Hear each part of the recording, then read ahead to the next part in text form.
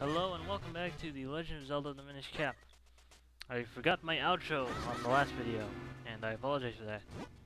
Anyways, back to the game at hand. So now that I'm not sure where to go, I look over here first, and obviously go back to check the other rooms. Just that without the, I think the reason I got so confused was partially because of the way the map is. Because the map doesn't show the areas, the rooms that have diggable areas like this. It shows every other room but those, which is odd in my opinion. I don't know why it does that. And also I forgot the whole thing with the Minish. But I think at that point I figured out what I had to do. But instead I decided to go over here first because, why not?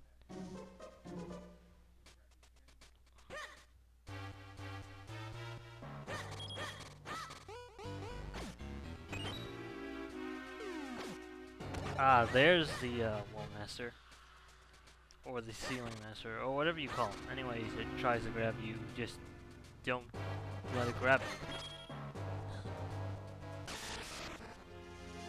Hey, Dark Nut.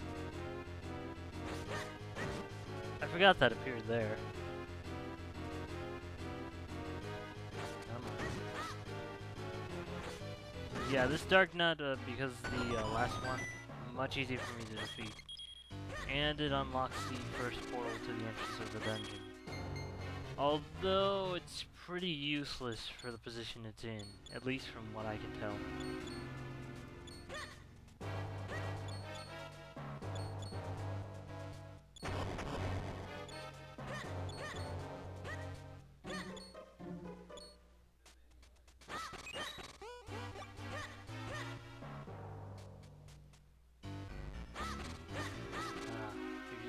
Pay attention to the floor tiles, you can tell that that wall needs a bomb on it.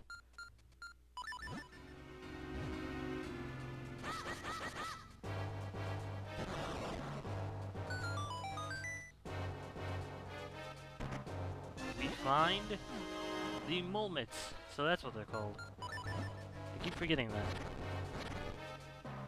Anyways, now we can dig through the ground that looks like this. That's really useful.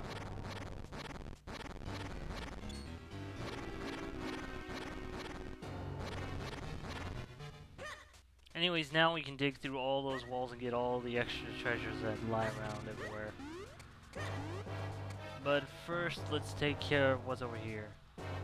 And I temporarily forget that I had to pull the lever. Hey, there we go. I remember it by that point.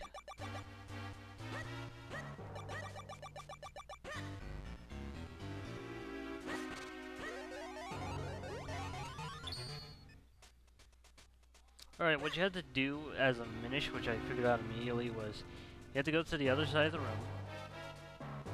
Then you basically had to follow the rollers, go in between them, and basically follow them to the other side of the room and go through the door. Once you do that, you can go through the hole on the other side and get into the other room. And there I obviously failed.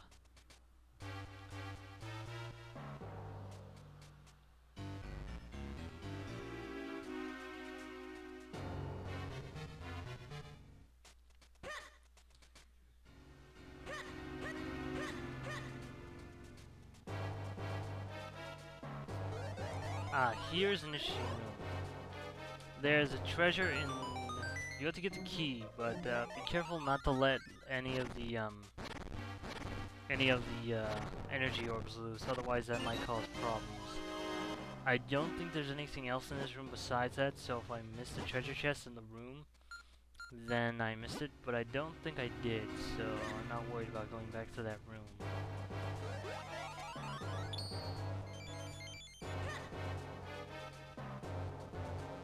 Could be wrong, could have missed something there though. Probably won't ever go back for it though, knowing how I play these games. Because I'm not a completionist, I never like to complete games. And that's usually for one reason. Because I feel like there's always something else to explore when I return to a Legend of Zelda game and I haven't completed it. part of the reason why I never completed Legend of Zelda the game, at least in the first run. I've completed them before, but rarely do I do it in the first or second playthroughs.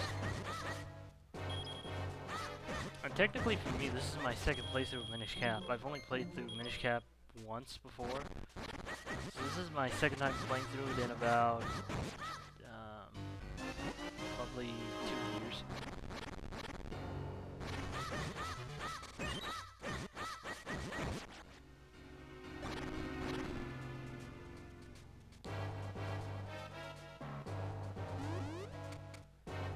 Oh yeah, more Stalfos and Flying Skulls. Both very annoying.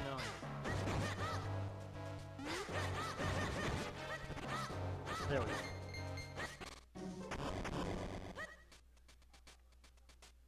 Drop down the hole to the right. Do not drop down the hole to the left.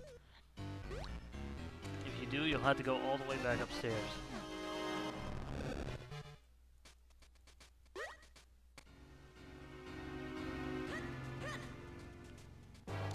We're done with this part of the dungeon, so we're gonna go back to the earlier rooms and clear out the tunnels. Then we'll go to the boss door. A lot of treasure chests to be uncovered. And most of them are kinstones, if I'm correct. Yeah, that one's a kinstone. And if I'm correct, up here is the boss room. Yeah, it's the boss room. Activate the portal. Then I decide, duh, why not use the portal? Anyways, there's a lot to do in the first hall with all these tunnels. On the right side, there's something in the corner, and I think it's 50 rupees. Yeah, it's 50 rupees. On the left side, I think is a kinstone piece. Oh, another room and a kinstone piece. Yeah, it's a kinstone piece. You can't dig through the treasure chest.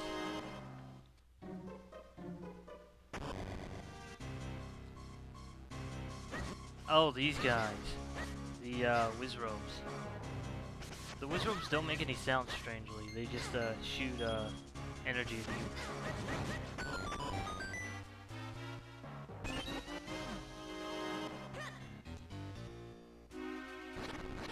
Nothing really special, just a little extra piece of treasure. So we're gonna explore these areas one by one and essentially uncover all the treasure they have, go to the top floor again and drop down.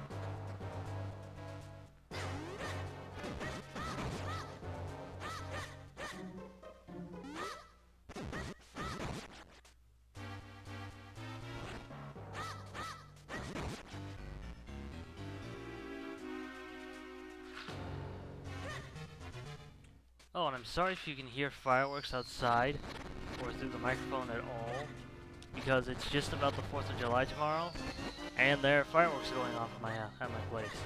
At least when this is being recorded, anyway.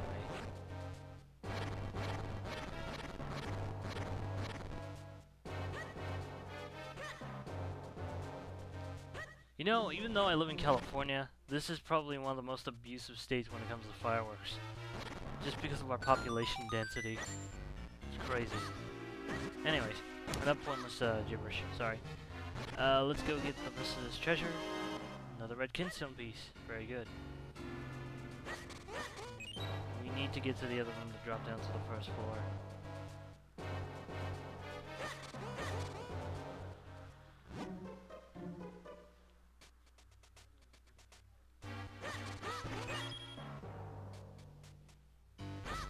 There we go.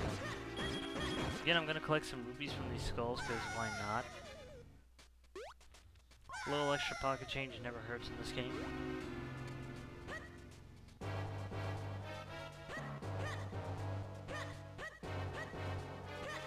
Alright, there's that door and that door.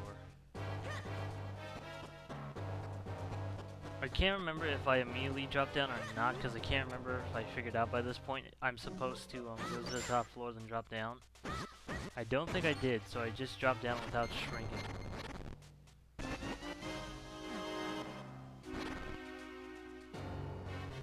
Well, we got another red kinstone piece, so that's good.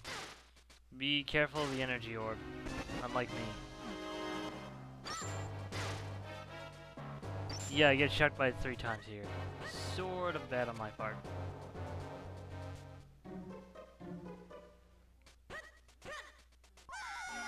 Yeah, I don't remember to shrink down. I go down to the bottom, then I check the other room, then I remember I should shrink down on the top floor. So, yeah.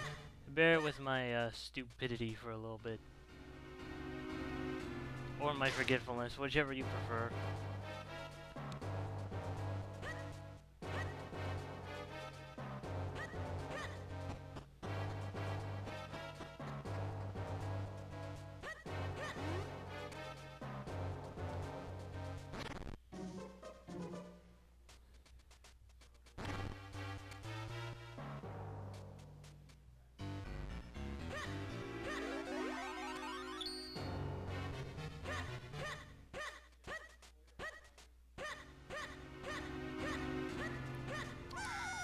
But now now that I'm just about to get the next heart piece, we're just about done with this dungeon.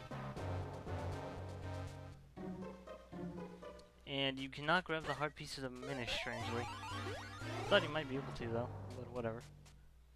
Anyways, with the heart piece, we get some more hearts, but we get our hearts back, and we can go fight the boss now.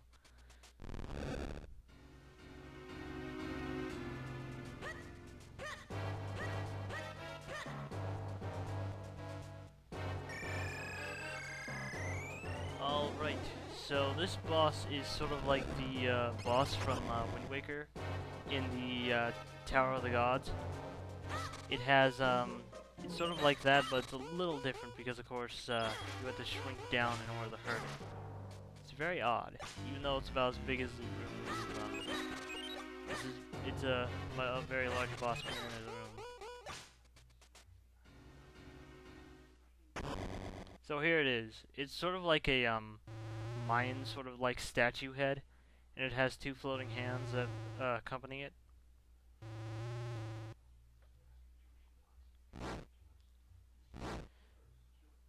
So yeah, this looks exactly like the Wind Waker boss. A little different though. You do have to disable both hands. Once you disable both hands, you don't have to disable the eyes in Wind Waker like in Wind Waker. You just have to disable both hands, and then you'll be able to hurt it. But you can't hurt it in your turn aside. What you need to do is shrink down, go inside the mouth, and hit the pillar that has a blue ring around it. The blue ring says that pillar is currently giving the boss power. So do this 3 times, and you'll be able to defeat the boss.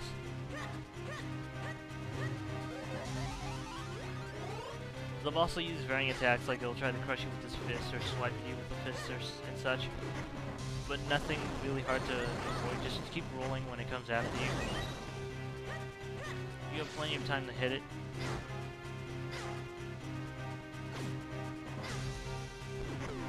And yeah, you sort of do have to aim precisely for the center. And it will drop down these little bugs that'll grab and slow you down, so it's easier for it to hit you. But as long as you're quick about hitting him, you should be alright. Now that we've destroyed this first tower though, we need to dig through and find the next one. Basically look for a blue pattern on the ground. Ah, there it is. See, that blue pattern on the ground shows that it's his weak point at that particular time. And I think we just have to do this once more and we're done.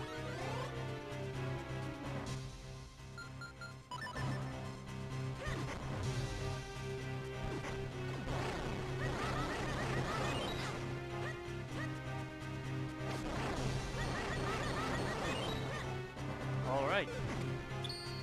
And yes, actually looking at how I cut this video, this will finish it off. Yeah, and I don't remember which one was the pillar to dig into though. Again, it's sort of like a guessing game. Which way you dig determines where it is. I guess. Well, not determines where it is, determines if you can find it or not within the given time. But yeah, now it's defeated. Now it's defeated, we get the wind element, right? Nope. What's this? Well, we shall see next time.